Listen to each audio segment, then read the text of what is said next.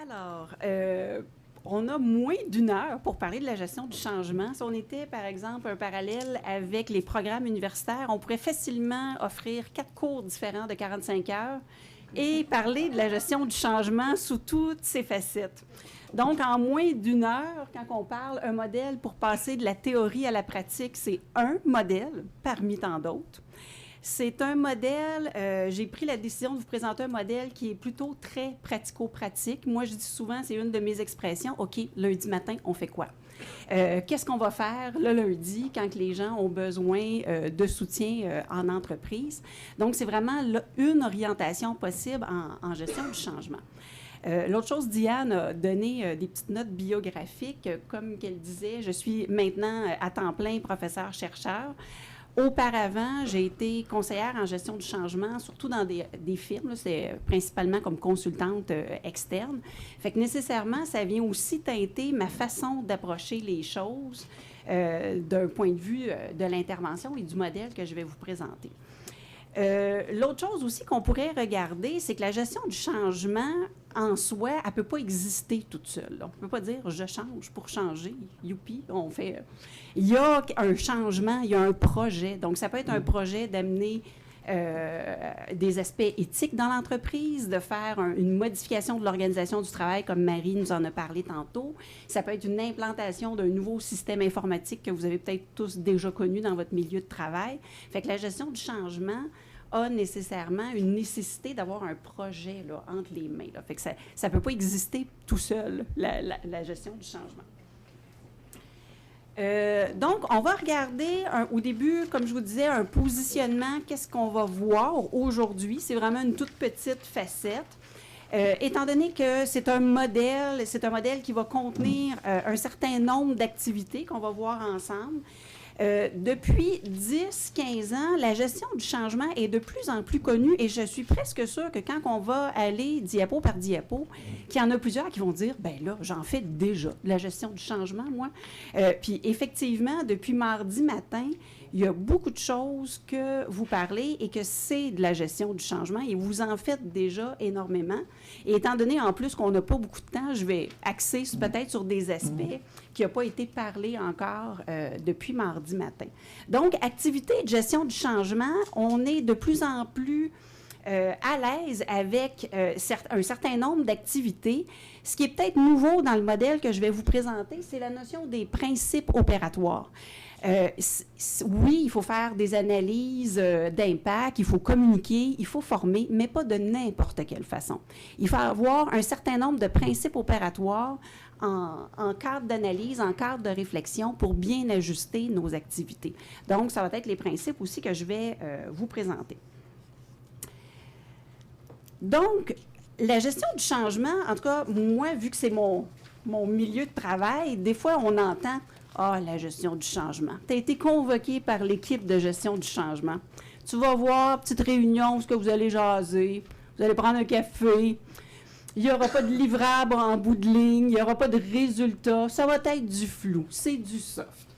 Fait que dans certains milieux, à tort ou à raison, c'est ce qu'on parle de la gestion du changement. Mais au contraire, la gestion du changement, surtout dans l'optique que moi, je vais vous en parler cet après-midi, on parle plutôt d'activités critiques, fait que des activités vraiment très bien définies avec l'optique de créer des conditions propices dans l'entreprise. On pourrait faire un lien, par exemple, gestion du changement pourrait être appelée suite à une intervention en éthique, voilà 1 an. On a amené un nouveau code d'éthique.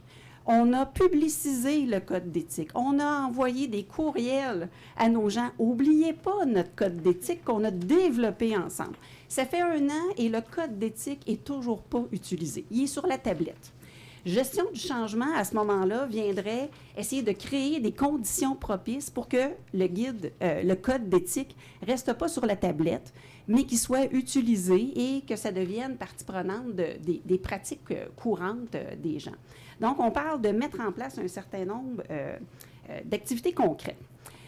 Il y en a plusieurs depuis mardi, dont je me rappelle, je pense que c'est Magali, c'est la première qui en a parlé, fait que c'est le nom qui m'est resté en tête, mais elle n'est pas la seule depuis mardi matin à en avoir parlé de la notion multidisciplinaire. Fait qu'on a des atomes crochus entre éthique et changement. On est, nous également, toujours dans l'optique du multidisciplinaire. Ça peut être vraiment à l'intérieur de la gestion du changement, des experts en communication, en formation, des experts en organisation du travail, mais selon les projets, on va inclure d'autres experts, ça peut être en éthique, ou d'amener aussi les gens, les employés, les gestionnaires de différents corps de métier. Approche systémique, bien entendu. La gestion du changement, ce n'est pas une série d'événements réactifs aléatoires. Même si on est dans un contexte, je ramène l'exemple du code d'éthique, ça fait 1 an qu'on a un code d'éthique, puis il faut avouer, le code d'éthique est oublié, il est sur la tablette, puis finalement, il n'a jamais vécu. Il a juste été fait, puis on a fait clink, on l'a fait. Même dans un contexte comme ça, où on pourrait dire on est réactif à un événement et non pas proactif, même dans ce contexte-là, on va faire, comme on a parlé depuis mardi, un diagnostic où on est rendu, c'est quoi nos contraintes, où on part, et à partir de là, on va ramener un côté beaucoup plus planifié, organisé. Et on parle nécessairement de processus structurés, prédéfinis, planifiés, mais on est en changement. Même si on planifie, règle générale, notre plan d'action, il n'est jamais à la fin le plan d'action qu'on avait prévu initialement.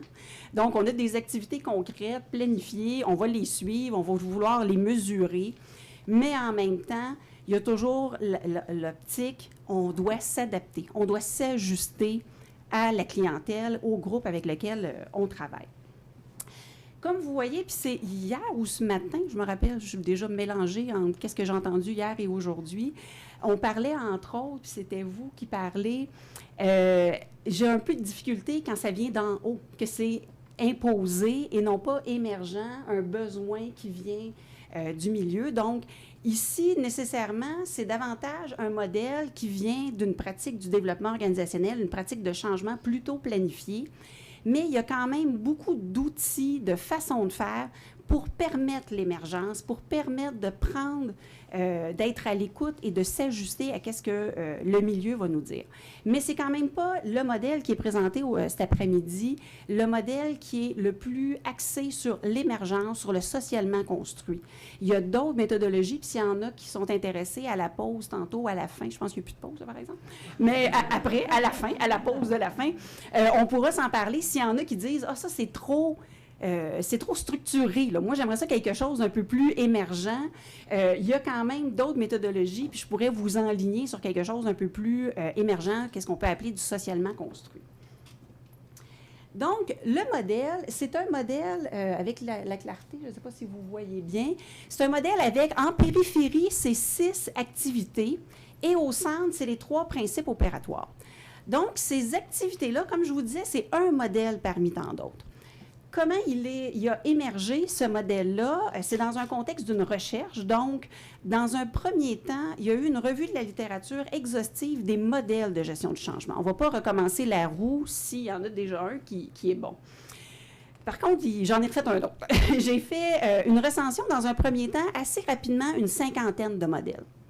Là, quand on regarde la 50aine de modèles en gestion du changement, j'ai utilisé 2 principaux critères.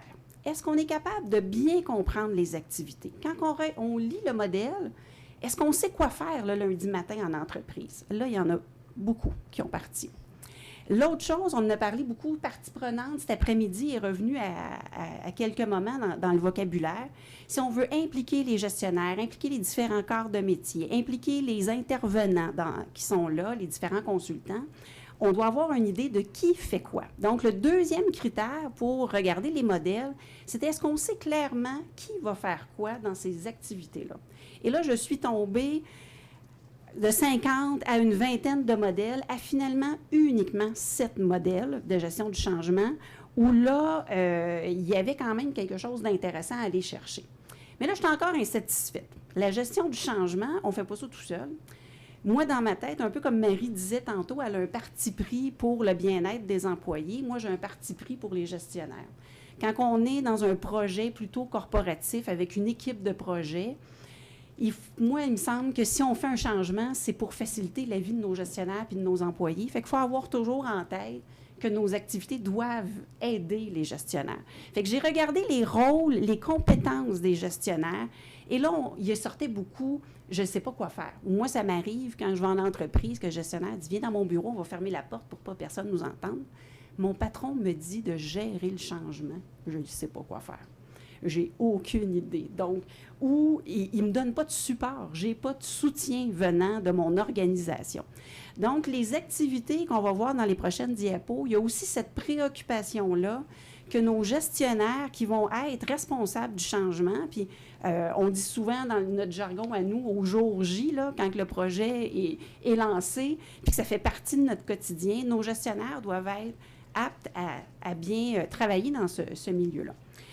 L'autre chose à dire, puis oui, c'est vrai, ça, c'était le côté théorique et c'était nécessairement une recherche. On était sur le terrain. J'ai rencontré des gestionnaires de plusieurs niveaux hiérarchiques, de plusieurs régions. C'est un projet... il y avait une entreprise avec un caractère un peu international, mais j'ai limité à les activités au Québec. Mais j'ai fait les 5 régions et le corporatif se subdivisait en deux services.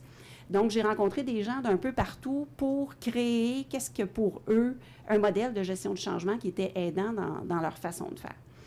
Les activités, avant qu'on les prenne une par une, on a parlé beaucoup, Marie tantôt parlait de variabilité, je pense, ou de malléabilité. Le modèle s'inscrit dans cette notion-là, puis tantôt, je trouvais ça le fun de l'entendre parler. Je disais, c'est bien, ça fait du bien d'entendre ça. Il faut contextualiser, il faut tenir en compte le contexte.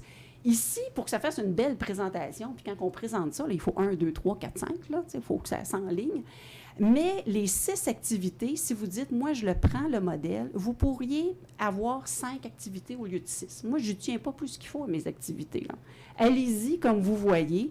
Vous pouvez dire, moi, j'ai déjà des habitudes, implication des gestionnaires, des employés. On fait déjà ça dans nos interventions. Donc, cette activité-là est déjà inclue. Un gros X. On ne la fait pas, on la fait déjà avec nos propres outils de travail. Fait que le modèle se veut aussi flexible pour l'ajuster à notre milieu. Là, je vous ai donné un exemple. On le fait déjà, impliquer les gestionnaires, les employés. Je ne vais pas le faire 2 fois. Un autre cas, c'est mettre les gestionnaires et les employés tous dans le même bateau. Puis en plus, quand on lit en petites lettres, là, les petits caractères, c'est écrit syndicat. Oh, nous, c'est un gros morceau. Fait qu'une seule boîte qui inclut gestionnaire, employé, syndicat, c'est trop. On va subdiviser l'activité en 2 ou en 3. Fait que les activités en périphérie, c'est vraiment, là, pour la suite, on va y aller, on en a 6, puis très souvent, c'est les 6 qu'on va utiliser. Mais en même temps, il faut se sentir à l'aise de jouer avec ces activités-là, de les adapter à notre milieu puis à notre projet. Au centre, par contre, les principes opératoires, eux, je suis un petit peu moins flexible. Là, j'ai l'air de la fille flexible. Changez les activités comme vous voulez.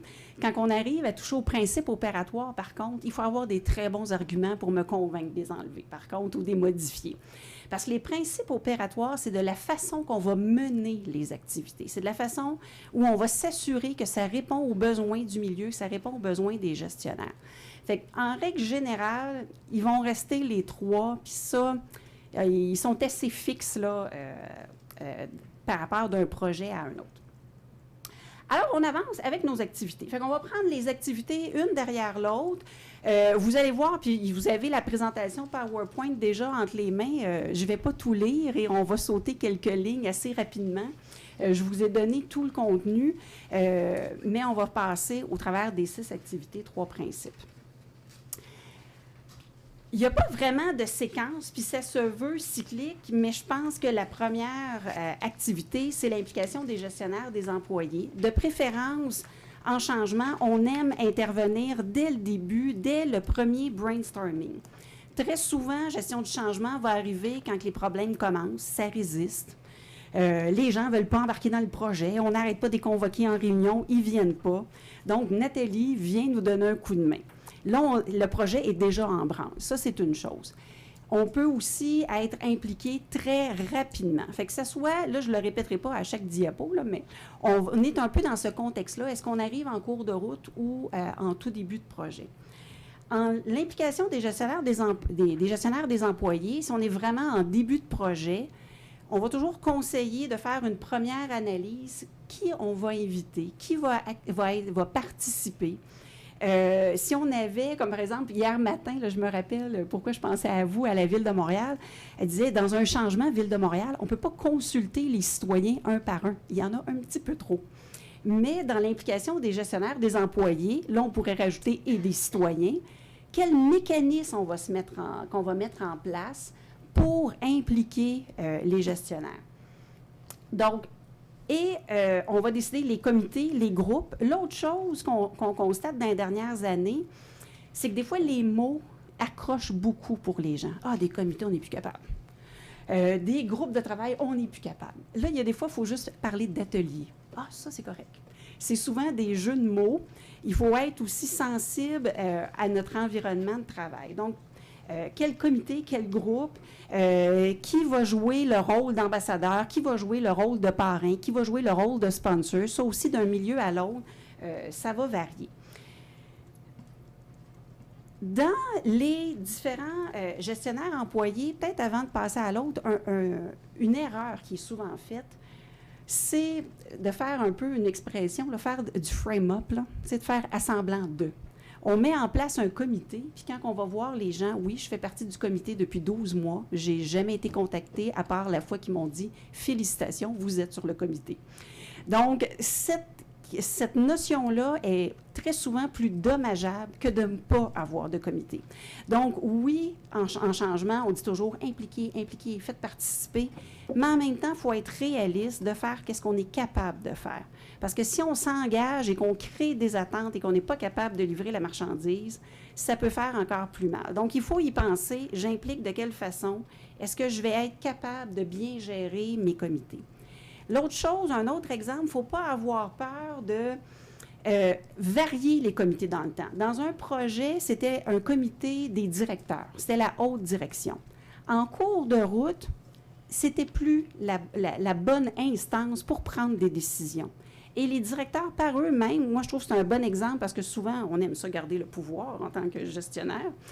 Ils ont dit, c'est plus à nous à prendre les décisions et le comité, ça ne sera plus un comité de direction. On va être là encore, mais vraiment en périphérie. On va créer un nouveau comité avec les gestionnaires intermédiaires. Et là, la prise de décision a diminué, pas diminué, mais s'est déplacée dans la ligne hiérarchique. Fait qu'au niveau des comités, des groupes, il ne faut pas prendre ça pour acquis, que ça va rester la même chose tout le long du projet. Il faut vraiment amener des ajustements. Deuxième activité qu'on va présenter, on aurait pu appeler ça, puis dans beaucoup d'endroits, on parle de préparation au changement ou de planifier le changement ou d'alignement stratégique. Ça peut être des synonymes. Moi, j'ai appelé ça préparation au changement et j'ai même mis le mot atelier, parce que je me dis, il faut qu'il y ait une notion de on se parle, on se rencontre. Et atelier nécessite quand même un avant-après atelier, fait que j'avais mis l'aspect atelier. Évaluation de la situation insatisfaisante. Depuis mardi matin, on parle beaucoup du diagnostic, de la demande, du mandat. Donc, je ne vais pas en dire davantage.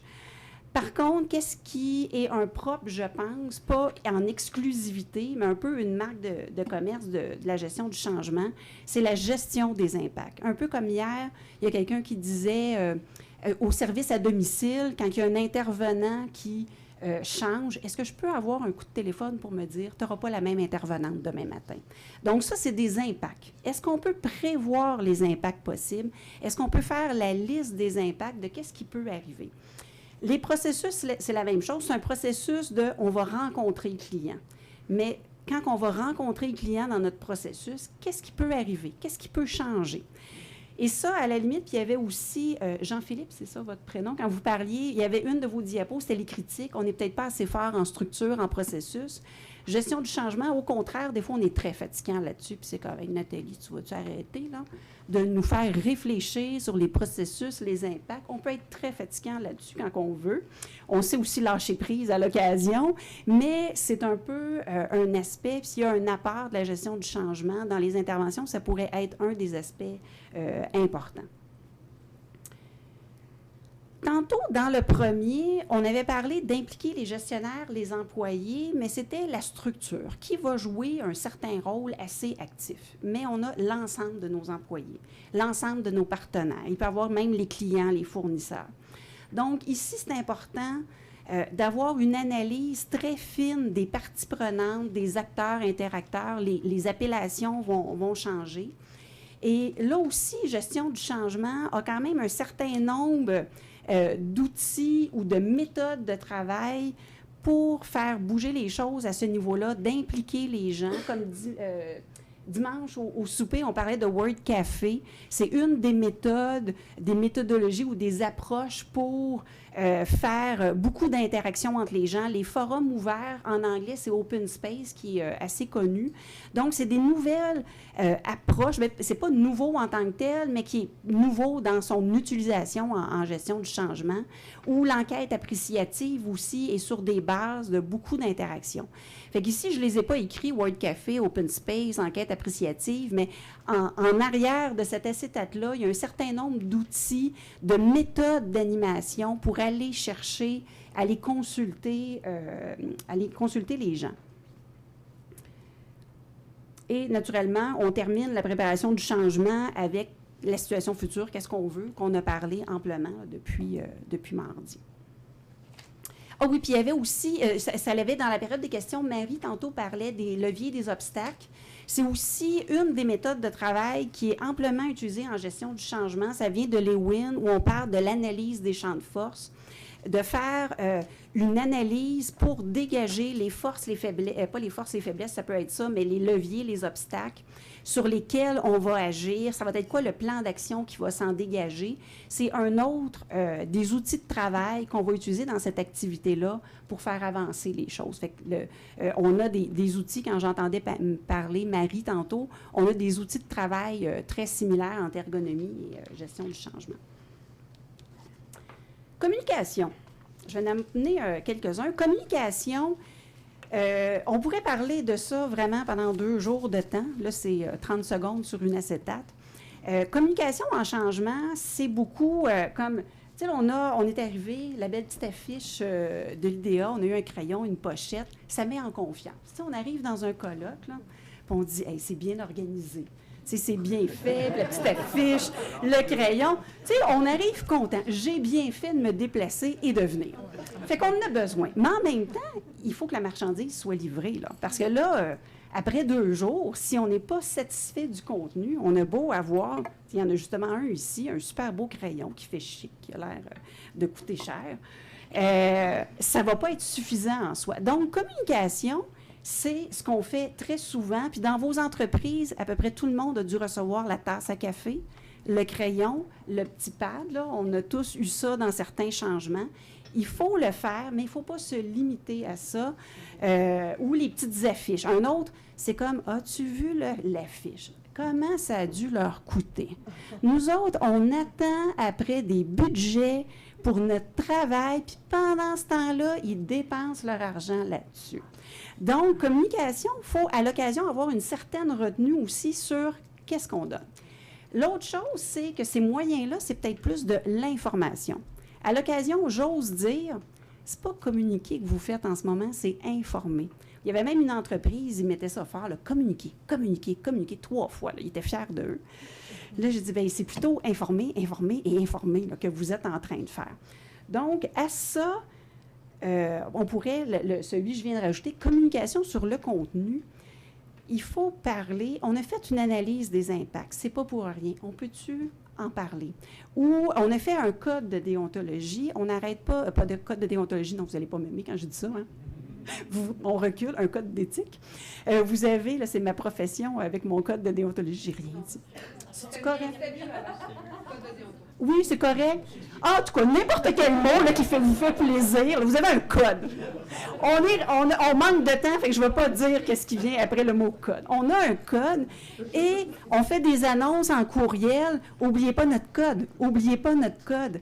Mais est-ce qu'on pourrait faire des petites capsules, faire des événements critiques, de dire, dans le code, il y a certaines catégories, on donne des suggestions. Est-ce que sur le site intranet, au lieu de juste mettre code présent sur le site, allez le télécharger, est-ce qu'on pourrait mettre en ligne des petites vidéos qui mettent le code plutôt en vie avec, là, j'oserais pas donner des exemples de qu'est-ce qu'on pourrait mettre dans les vidéos, mais on pourrait dire de ce code-là, on peut facilement créer 5, 10 petites capsules vidéo pour que les gens voient, c'est à ça que ça sert, le code.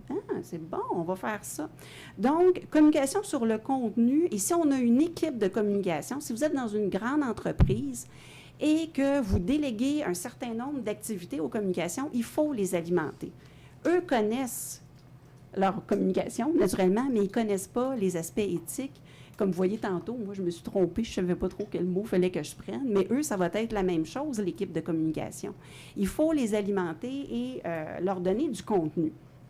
Si vous avez des nouvelles pratiques qui émergent à votre code, bien, il faut en parler de ces nouvelles pratiques. Donc ça, c'est plus le volet communication corporative, mais il y a aussi les gestionnaires, les employés. Moi, ça l'arrive encore assez souvent. Hey, c'est-tu le fun que quelqu'un se déplace pour venir nous parler et nous écouter? Là, je suis comme, c'est pas à moi qui devrait dire ça. Il devrait avoir cette réflexion-là sur des gens de l'entreprise. Moi, je suis de l'externe, puis ils sont tous fiers de me rencontrer, mais c'est comme, c'est pas la bonne personne qui se déplace pour aller les écouter. Donc, la communication, puis là, si vous commencez à vous endormir après 2 jours, là, peut-être vous réveiller pour la prochaine petite phrase. Communication, c'est surtout des relations. Tu sais, c'est vraiment, avant de se mettre dans du papier, des écrits, c'est de dire, est-ce que je peux me déplacer, aller parler aux gens? Fait que c'est beaucoup l'écoute, la relation. Là, si on est dans un contexte où on a des citoyens, puis qu'on a 3 millions de citoyens, on ne va pas aller cogner à chacune des portes. Ou si on a 3 000 employés dans notre entreprise, on ne va pas aller avoir une communication personnalisée avec les 3 000 employés. Mais il faut trouver des mécanismes pour se rapprocher le plus possible de nos gens. Et c'est là j'en ai pas parlé encore beaucoup, de la ligne hiérarchique. Donc, le supérieur immédiat, lui, très souvent, il y a quoi? Il y a 10, 50. Dans certains cas, selon les corps de métier, ça peut peut-être aller une centaine d'employés sous sa responsabilité, mais ce n'est pas les 3 000. Fait que quand on est en gestion du changement, on dit, je ne peux pas parler à tout le monde, il y a 3 000 employés. Oui, mais on a une structure hiérarchique, là, on a une ligne hiérarchique. La haute direction, très souvent, va parler des enjeux stratégiques. On a une démarche éthique pour telle raison. On va donner la raison, ça relève de la haute direction et ça va être crédible que le message vienne d'eux. L'autre chose qu'on a parlé, puis je reviens encore à Magali, quand tu parlais de transversal, si notre intervention éthique a justement une portée transversale, multidisciplinaire, les gens, les gestionnaires crédibles pour parler de ces aspects-là, en règle générale, je ne sais pas s'il y en a qui sont de la haute direction ici, là, je vais parler moins fort, ce n'est plus la haute direction qui est crédible. Il y a toujours exception à la règle, mais si on doit généraliser, c'est les gestionnaires intermédiaires qui vont être perçus comme étant crédibles pour parler des aspects transversaux, des aspects de collaboration entre les directions et les départements. Donc, on arrive à une portée plus petite encore là, quand on parle à notre équipe, à nous. Si on est directeur d'un service, on ne parle pas aux 3000, on parle à ceux qui sont dans mon service. Ça, c'était plus, tantôt je parlais de l'aspect stratégique.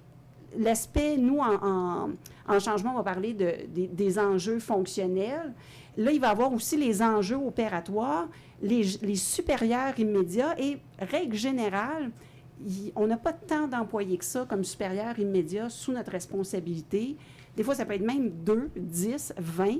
Donc, c'est plus facile à ce moment-là d'avoir une relation et d'échanger avec les gens. Fait qu'au niveau de la communication, dans un premier temps, oui, il peut y avoir des belles affaires super cute qui sont essentielles. 2, il faut que les communications corporatives s'impliquent et qu'on les aide.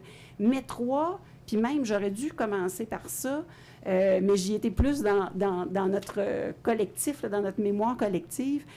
3, c'est vraiment les gestionnaires, les employés. Il faut les aider à échanger entre eux et dans des petits groupes.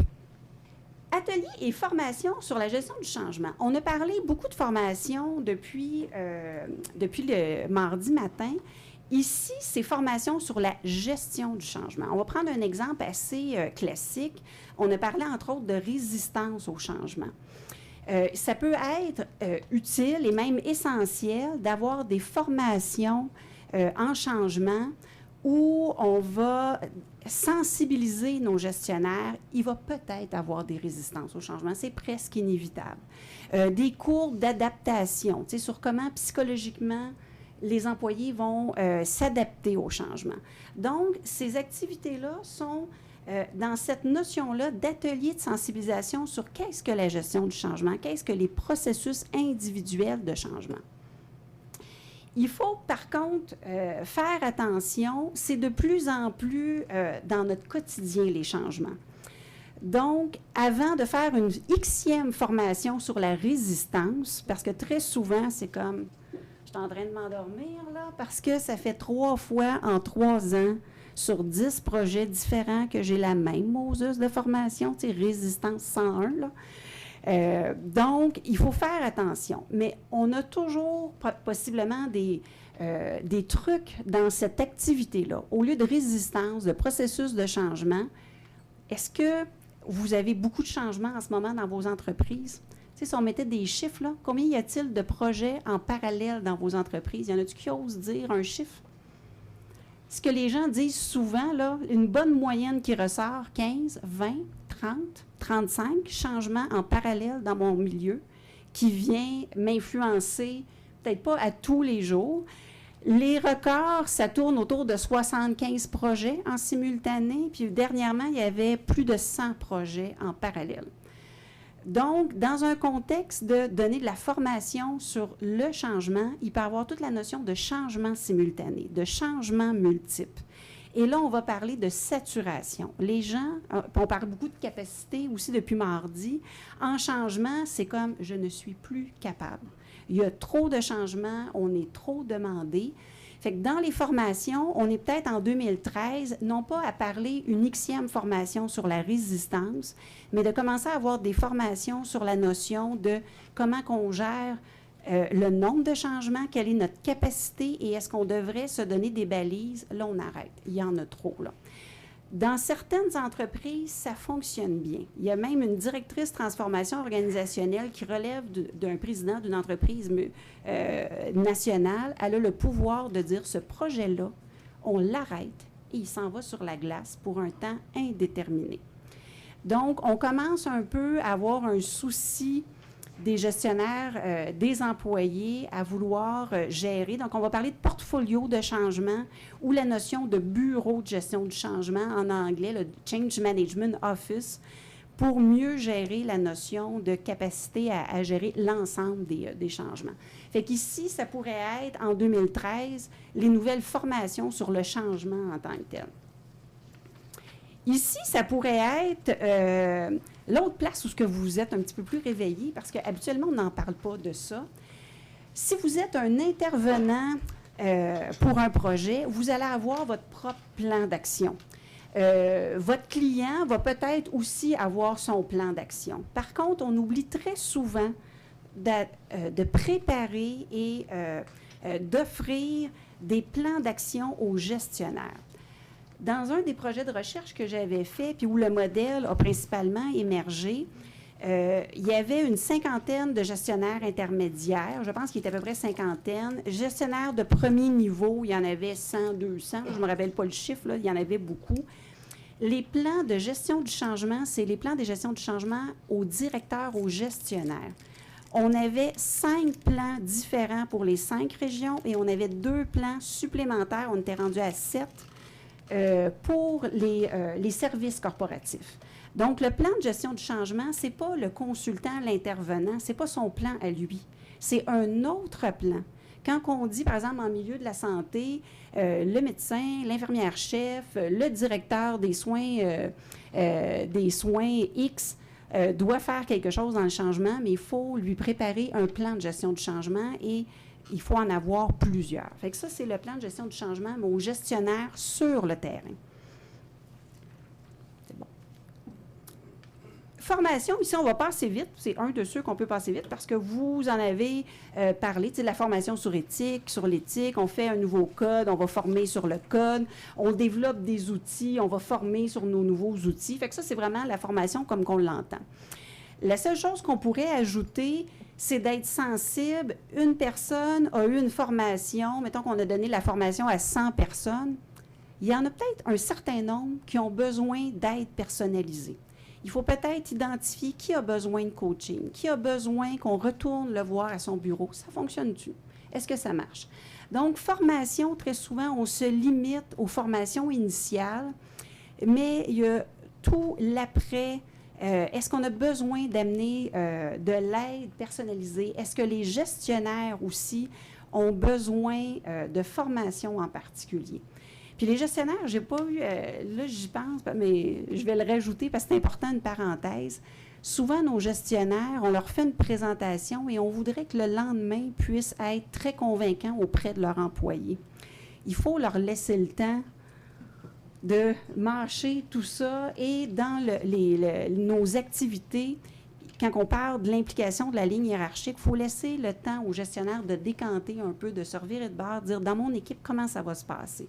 Fait que la formation peut être aussi à ce niveau-là, de bien gérer à quel moment est-ce que les gestionnaires sont très actifs dans le projet et laisser un certain temps, si c'est possible. Là, c'est la théorie. Là. Dans la vraie vie, des fois, ça ne se passe pas comme ça.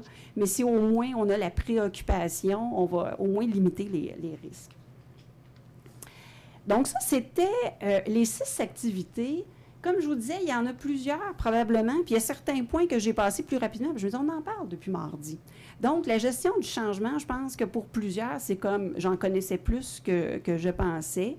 Les activités, si on fait appel à un consultant en gestion du changement, c'est peut-être d'amener des outils, des guides, des grilles de travail. On a beaucoup de templates, mais en même temps, on en crée toujours de nouveaux. Donc, ça, c'est les principales activités en gestion du changement.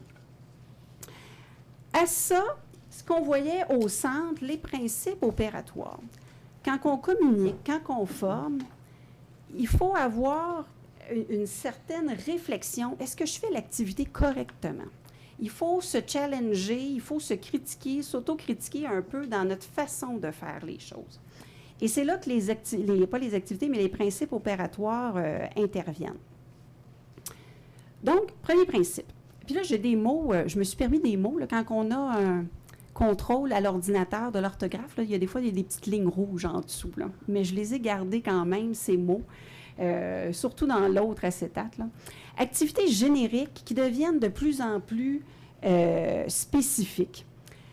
J'ai déjà vu un exemple un peu rigolo, mais tellement réel.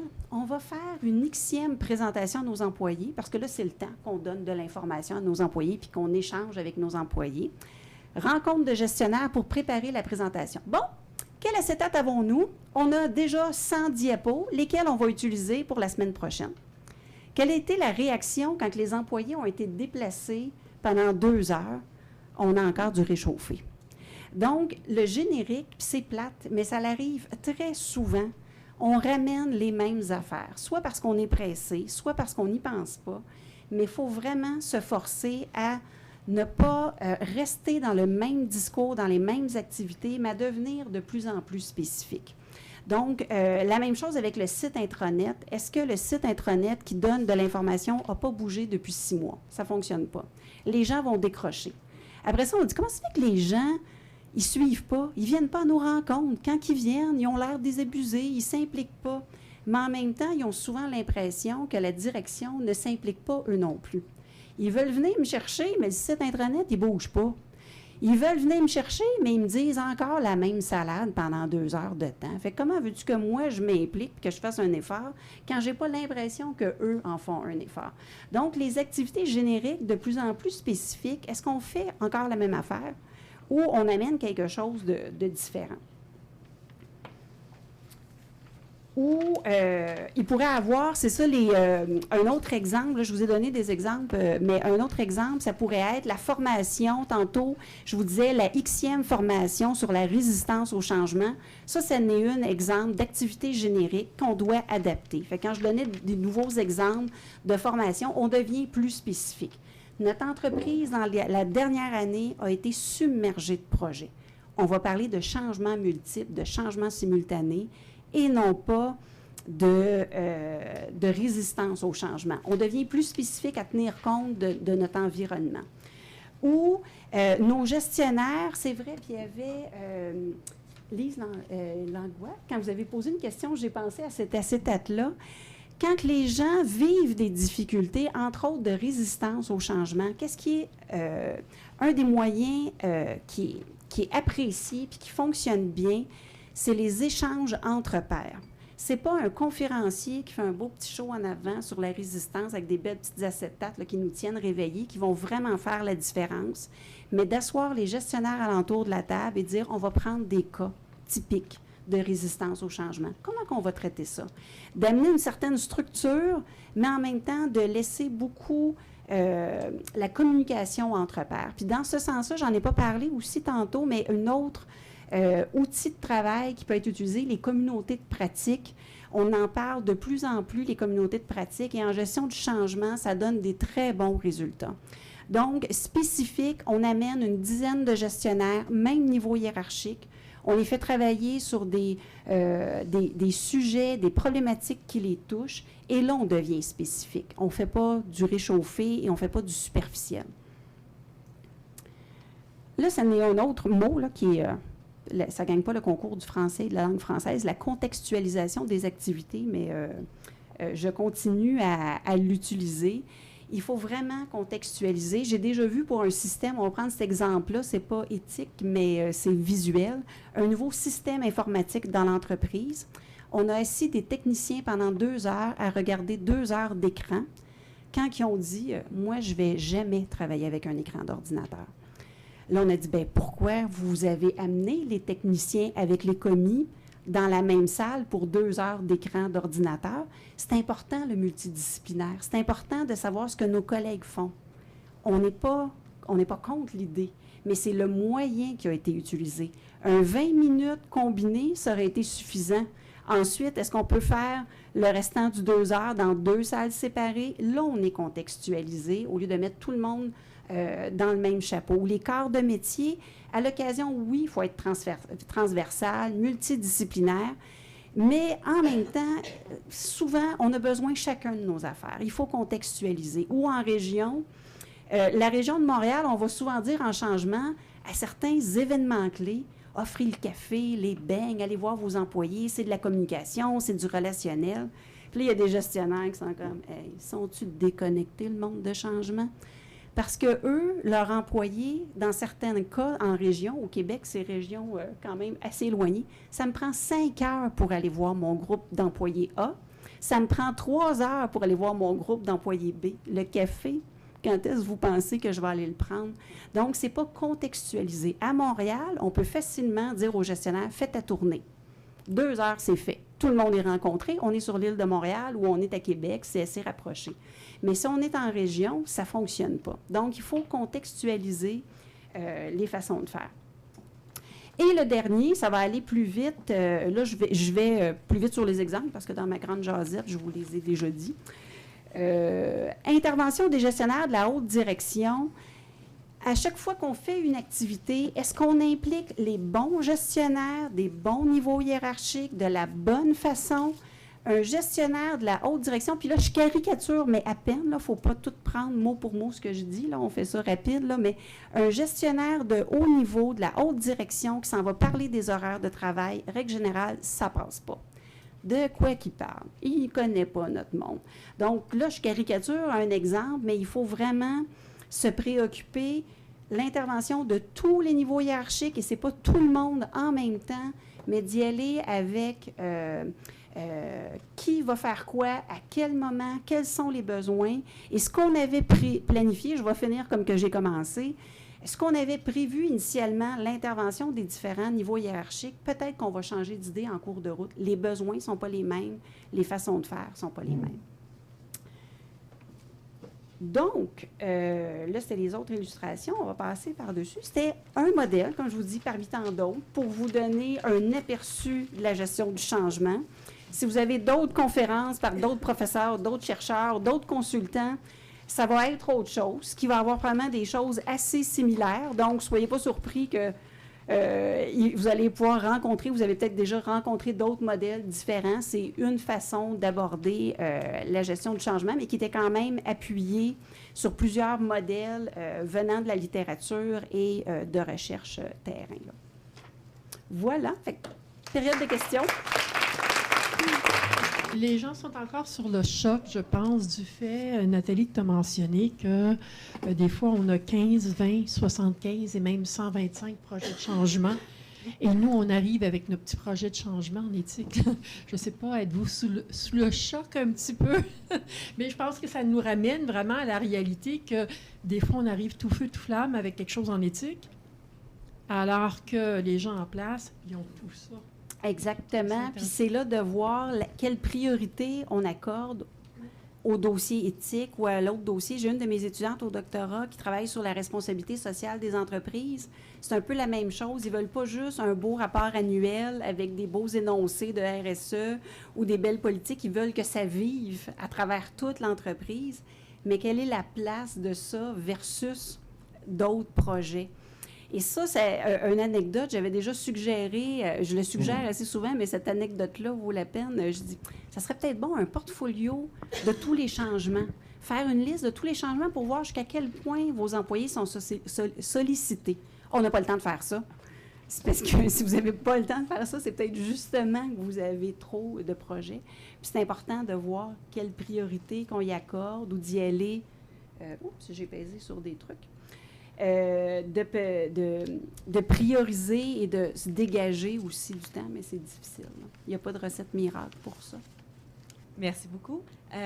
Deux petites questions. La première, vous dites que votre modèle vient d'une recension, donc entre autres, des écrits. Oui. Moi, je m'intéresse en fait plus à ce qu'il y a derrière ça au niveau théorique, en fait. Quelle serait... Est-ce que vous avez déjà fait une...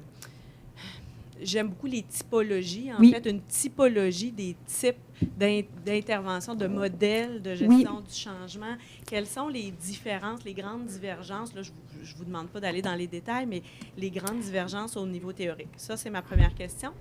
La deuxième, vous avez mentionné à quelques reprises la question des résistances au changement, mais vous ne vous y êtes pas attardé de façon spécifique. Je n'ai pas vu dans votre modèle d'action spécifique pour gérer ou pour composer avec ça, alors qu'il me semble... C'est surprenant. Oui, alors qu'il me semble qu'en fait, dans les changements, c'est quelque chose qui arrive souvent et qui est très, très important à composer avec, parce que si on essaie de ne pas les voir, ça ne va pas ça va pas enlever les résistances. Au contraire, même des fois, ça va les amplifier. Alors, je voulais vous entendre là-dessus. Oui. Le premier, pour les typologies, il existe plusieurs typologies très intéressantes puis qu'on utilise assez régulièrement. Mais ce n'est pas des typologies qui amènent une action concrète. Il peut y avoir, par contre, une réflexion. Les typologies, d'un point de vue théorique, peuvent être intéressantes entre chercheurs. Ça, c'est une chose. Quand on les amène dans le milieu, ce qui peut être intéressant, c'est le brainstorming du début, dans quel type de projet on avance. Parce que souvent, les projets, je ne sais pas s'il y en a qui ont déjà vécu ça, le projet avance, ça fait 6 mois, 1 an, et là, tout d'un coup, tout arrête. Parce que les hauts dirigeants viennent de se rendre compte qu'ils ne s'en vont pas dans la même direction. Donc, il y a certaines typologies qui vont venir voir, est-ce qu'on change complètement la mission de l'entreprise? Ou est-ce qu'on fait juste de l'amélioration continue, de l'optimisation? Fait qu'il y a certaines typologies qui peuvent être intéressantes en début de projet pour s'assurer, mettons au niveau des vice-présidents, que dans la tête d'un vice-président, lui, il est en train de revoir la mission de l'entreprise. Il est en train de faire des achats, acquisitions de concurrents et d'entreprises connexes, tandis que son collègue VP à côté, il est juste en train de faire de la petite, je le mets entre guillemets, la petite optimisation, amélioration continue. Fait qu'il y a certaines typologies qui sont intéressantes pour s'assurer, dans un premier temps, que les gens s'enlignent vers la même ampleur et le même type de changement. Puis sinon, il y a plusieurs modèles là, qui peuvent être intéressants d'un point de vue théorique. Là, on pourrait faire un échange d'auteurs. J'ai un autre kit de PowerPoint là-dessus. Là. Au niveau de la résistance, on parle de moins, bien, je ne veux pas généraliser non plus, là, mais on est un certain nombre en changement à ne plus vouloir parler de résistance. Puis là, il n'y a pas de mot français qui va aussi bien que le readiness. On veut plutôt créer du readiness. Donc, le fait de faire participer les gens, de faire des ateliers, de travailler sur les impacts du changement, de prévoir les impacts, de travailler sur les processus, de faire des formations sur le changement, sur le rôle des sponsors, des parrains. On est en train de travailler sur préparer les gens à faire du readiness. Donc, oui, il peut y avoir de la résistance, puis il va en avoir. Puis on dit même à des gens, si tu n'as pas de résistance, là, pose-toi des sérieuses questions. C'est parce que le projet, les gens ne le trouvent pas important. Au contraire, s'il y a de la résistance, parce que les gens, ils ont quelque chose à dire, puis ils ont des doutes sur la réalisation du projet. Fait qu'écoute qu'est-ce qu'ils ont à te dire. Fait que ça, oui, on va aimer la résistance pour cette notion-là de dire si les gens résistent, c'est qu'il y a une raison en arrière de ça, puis qu'on n'a peut-être pas le bon plan d'action, on n'a peut-être pas la bonne vision, on n'a peut-être pas le bon mandat, viser le bon besoin. Fait que ça, oui, mais sinon, on est plus à créer des conditions propices à travailler sur le readiness et non pas la résistance qui est mise en poignée, résiste. Oui, ça fait plus négatif, là. Ou Céline Bareil qui parle des préoccupations. Pourquoi tu résistes? Luc, pourquoi tu résistes? Y a-tu le goût de se faire dire ça? Si on met la question de Céline Bareil, quelles sont tes préoccupations? Ah, mes préoccupations. Donc, il y a ça aussi, d'y aller avec un discours un peu plus positif, remplacer la question par « pourquoi tu résistes ?»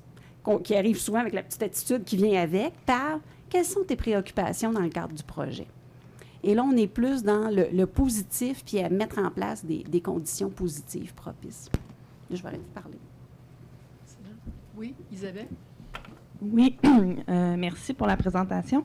Peut-être que vous l'avez dit avec des mots différents, mais je m'interroge à savoir, dans le monde de la gestion du changement, comment sont valorisées les communications informelles, les conversations informelles entre des gestionnaires avec les employés, et puis comment sont considérés ou pas considérés, là, comment sont considérés les phénomènes de dynamique de groupe? C'est plus important que n'importe quoi d'autre. Puis c'est vrai que dans le 40-50 minutes, j'en ai pas beaucoup parlé. Dans la préparation au changement, il y avait une petite ligne grille d'influence, analyse des acteurs.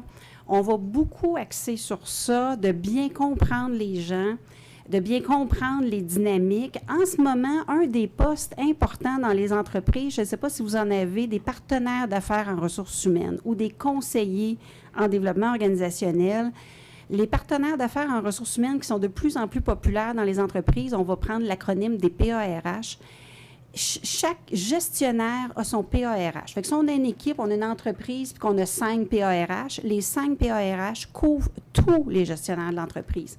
Ils sont avec eux quotidiennement. Fait que quand on arrive en changement et qu'on prépare, par exemple, un dossier éthique, on fait une rencontre avec nos PARH ou nos conseillers DO, selon l'entreprise, et là, ils vont dire... tel gestionnaire, ah oui, lui, il en demande, puis ça fait longtemps qu'il pousse là-dessus, il m'en parle souvent. Fait que si on arrive avec la notion de petit projet ou de projet pilote ou de dire on ne va pas rencontrer tous les gestionnaires en même temps, il faut y aller un après l'autre, ah, lui qui m'en parle depuis longtemps, parfait, ça va être notre premier gestionnaire qu'on va aller voir. S'il y en a un autre, ah, moi, le mien, là, sois sûr que éthique et lui, ça ne marchera pas, puis qu'il va te mettre des bâtons dans les roues, on n'ira pas le voir en premier. On va attendre avant ou au contraire, notre stratégie pourrait plutôt être tout à fait l'inverse. On va aller le voir, puis on va aller le challenger. Pourquoi c'est pas important pour toi? Puis on va aller chercher de l'input. Mais en même temps, on va prendre aussi cette analyse-là. Qui devrait aller parler au gestionnaire? Est-ce que c'est moi qui est la meilleure personne? Pas sûr. Tu sais, tu es une fille, tu as l'air encore assez jeune, pas sûr que tu vas passer. Là, je vais prendre quelqu'un qui a plus de cheveux blancs que moi. Tu sais, c'est toi qui es là, tu es ma bouc émissaire cet après-midi. Diane, elle a une bonne réputation en éthique. En plus, elle a l'air plus vieille, elle va mieux passer. Tu sais, elle va mieux passer. Je vais prendre ça comme un compliment. Oui, il faut que ça soit un compliment. Donc, ça va mieux passer. Nathalie, là, vas-y pas, toi, là, t'es pas connue du milieu, puis tu mélanges tes mots, déontologie, éthique, hey, ça marchera pas ton affaire. Mais Diane, elle, par contre, ça va être la bonne personne. Fait que la relation, toute l'analyse des parties prenantes, on a beaucoup d'outils, de façons de travailler pour analyser tout ça. Ou même aussi les porte-paroles. On ne va pas mettre telle personne, il va endormir tout le monde. Donc, tu sais, il y a des connaissances, mais après 5 minutes, tout le monde dort, puis il n'écoute plus. Par contre, un tel, quand il vient, ça l'accroche, puis le monde, tu sais, il écoute. Puis, fait que, bon, on va prendre lui comme porte-parole pour faire. Fait que, oui, c'est toujours quelque chose qu'on va regarder. Puis c'est principalement activité numéro 2. Moi, je fais de l'intervention en éthique dans les organisations publiques depuis plusieurs années. J'ai initié des démarches éthiques dans plusieurs organisations. Et il y a eu à un moment donné des gens qui étaient en gestion de changement. Puis je suis contente de voir votre présentation où vous faites vraiment une distinction entre l'éthique, la démarche éthique et la démarche gestion de changement. Je vois, moi, beaucoup d'utilité à la gestion de changement dans le cadre d'une démarche éthique, mais j'ai été confrontée au fait que les gens qui étaient responsables de gestion de changement disaient « l'éthique, c'est de la gestion de changement ». Alors, je voudrais vous entendre là-dessus. Moi, je travaille peu, à l'occasion, je vais travailler dans le domaine éthique, mais l'autre domaine où je suis souvent, c'est gestion de projet, gestion du changement. Est-ce que c'est pareil ou c'est pas pareil? Ou si on fait lean management, est-ce que lean management implique naturellement de la gestion du changement? Fait que ce soit éthique et changement, lean, ISO management, là, ISO est moins à la mode, là, c'est plus du lean, Six Sigma. Est-ce que ça, c'est gestion du changement, gestion de projet? Puis ça dépend beaucoup des gens en place. On pourrait avoir une personne qui met le chapeau éthique et le chapeau gestion du changement et qui met aussi le chapeau gestion de projet. Puis la personne, elle est bonne dans tout, puis elle a de l'expérience, elle a des compétences. Et dans d'autres projets, on va peut-être avoir besoin de 3 personnes différentes. Une personne bonne en éthique, en changement, puis en projet. Fait que moi, je dirais que c'est, je vais utiliser mon modèle, c'est contextualisé. Il faut voir comment ça se passe dans l'environnement, puis est-ce qu'on le distingue ou on le met pareil? Il n'y a pas de réponse unique, ça dépend. Mais si vous me dites, moi, j'en voyais une différence, pour me faire dire qu'il n'y a pas de différence, vite, comme ça, en 10 secondes, je me dis, il faut en faire une différence parce que vous sentez le besoin qu'il y en ait une différence ou que ça soit renforcé, là. Fait que je réponds, puis je réponds pas, là. Dans votre étape 2, là, des activités, non pas des principes, il est question de préparation au changement. Puis on voit là-dedans, entre autres, l'énoncé vision de mission. Oui. Et malheureusement, ou je ne sais pas trop comment le dire, on se superpose très souvent. Diane vient de parler de superposition de concepts de gestion de changement et de démarche éthique qui sont parfois superposés et pas différenciés, alors que la gestion du changement peut aider à la démarche éthique, mais en tout cas, ça, c'est une autre histoire. Mais quand on est dans une entreprise où est-ce qu'il y a plusieurs projets simultanés, là, vous parlez de centaines, je suis pas mal dans cet environnement-là, et où est-ce qu'il y a plusieurs personnes qui vont faire de la gestion de changement parce qu'un gestionnaire va implanter telle affaire, l'organisation dans l'ensemble va implanter, et que tu as 4 chargés de gestion de changement qui font des ateliers, mission, vision, valeur, puis qui le font comme ce que moi j'en interprète, parce que je ne peux pas toujours aller à la source, comme simple activité de mobilisation. Est-ce que c'est comme ça que vous en traitez quand vous en traitez en formation? C'est quoi le but de faire mission, vision, valeur dans les activités de gestion de changement? Il peut avoir... J'ai comme 2 réponses, un peu sur le processus et la structure gestion du changement. Là, je vais finir avec ça, mais votre première préoccupation, il y a tellement de projets. Est-ce que les projets qu'on mène sont tous essentiels ou est-ce qu'il y en a qui sont plus essentiels que d'autres?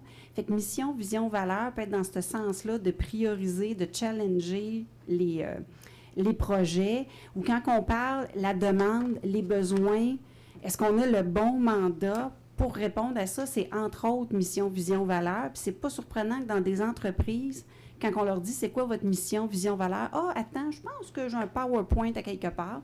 Ils t'en sortent 2-3 et les 2-3 disent 2-3 affaires différentes. C'est comme, je pense qu'on a besoin de clarifier. Il y a d'autres endroits, cette activité-là, d'élite, on n'a pas besoin. Ils sont bien campés, ils ont fait une planification stratégique, ils refont leur planification stratégique régulièrement. On part avec leur mission, vision, valeur, on ne revient pas là-dessus. Mais dans d'autres milieux, c'est la gestion du changement qui doit un peu sonner la cloche. Vous ne savez pas vraiment c'est quoi, puis quand que vous nous en parlez, c'est ambigu, les gens ne disent pas tous la même chose. Fait que ça peut être une chose. L'autre chose, quand les démarches de gestion du changement, il y a plusieurs projets, il y a plusieurs démarches de gestion du changement, puis ils peuvent être différentes. Il y a en ce moment, puis on aurait pu faire une autre conférence là-dessus, ce qu'on appelle l'internalisation de la pratique de gestion du changement.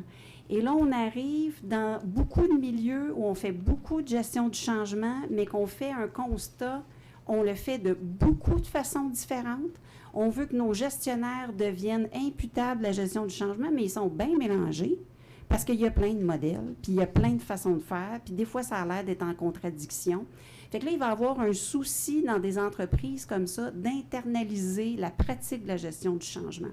Fait qu'il va y avoir un désir d'avoir une équipe forte en gestion du changement qui va prendre un modèle existant, qui en développe un, ou qui prend ce qu'ils ont déjà. Et s'ils font appel à des consultants parce qu'il manque, l'équipe n'est pas assez grosse, ils vont choisir les consultants en conséquence.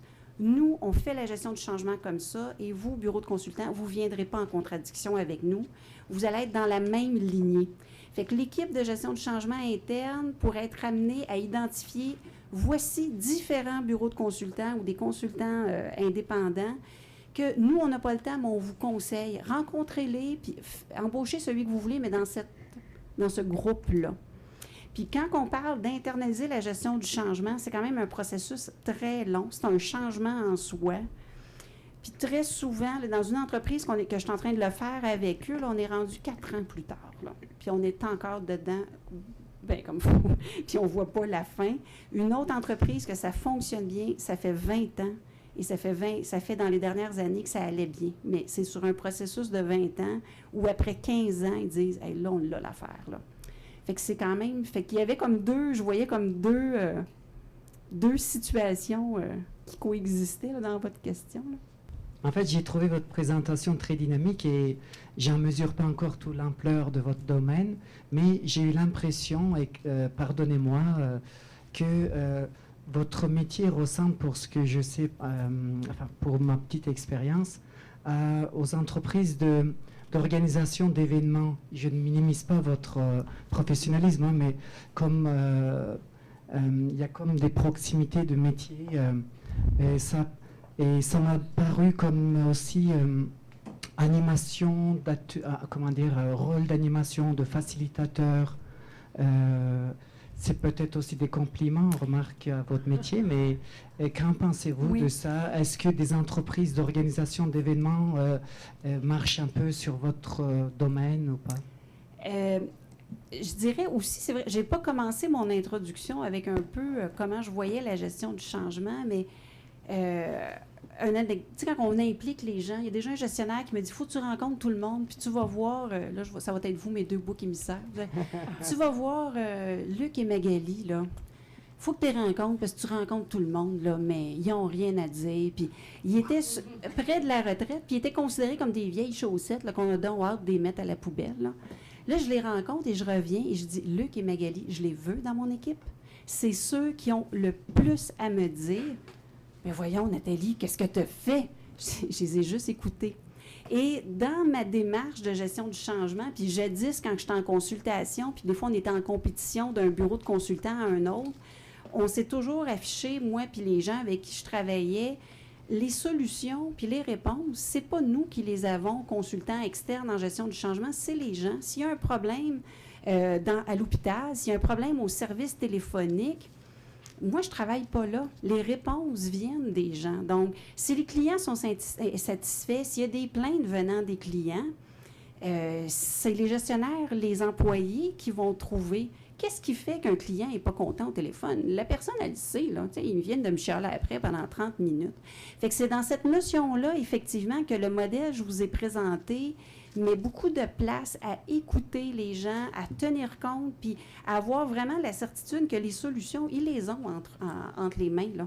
Il faut les aider à trouver les solutions, à analyser la situation. C'est sûr qu'on finit par avoir une certaine expertise dans un certain domaine. Si on intervient X nombre de fois dans des mandats en éthique, X nombre de fois en organisation du travail, on va pouvoir aussi alimenter, challenger sur les solutions en tant que telles. Mais d'abord et avant tout, c'est le milieu, là. Puis la notion d'organisation d'événements, moi, je ferais peut-être le parallèle un peu comme le service des communications. Le service des communications va venir nous aider, ou si on a un service de formation, va venir nous aider autant que si on fait certains événements à grand déploiement, on va peut-être faire appel à des spécialistes organisation d'événements. Fait qu'il y a ça aussi, le multidisciplinaire. Ah, finalement, ce qu'on a besoin, c'est d'amener 500 personnes dans une salle, une journée complète. Oui, il y a de l'organisation d'événements à faire, puis on pourrait faire appel à un spécialiste que je ne suis pas du tout. Si on fait communication, bien, c'est pas moi qui va faire ça. J'ai aucune idée comment on fait ça. Là, on va faire appel à un spécialiste de com pour ça. Ou des objectifs de formation. Il y a toute une stratégie en arrière de la formation, ou ergonomie avec Marie, si on touche les professions. Fait que je dirais qu'organisation d'événements, oui, peut avoir un lien, mais c'est comme organisation du travail, formation, communication. C'est peut-être au même niveau qu'on pourrait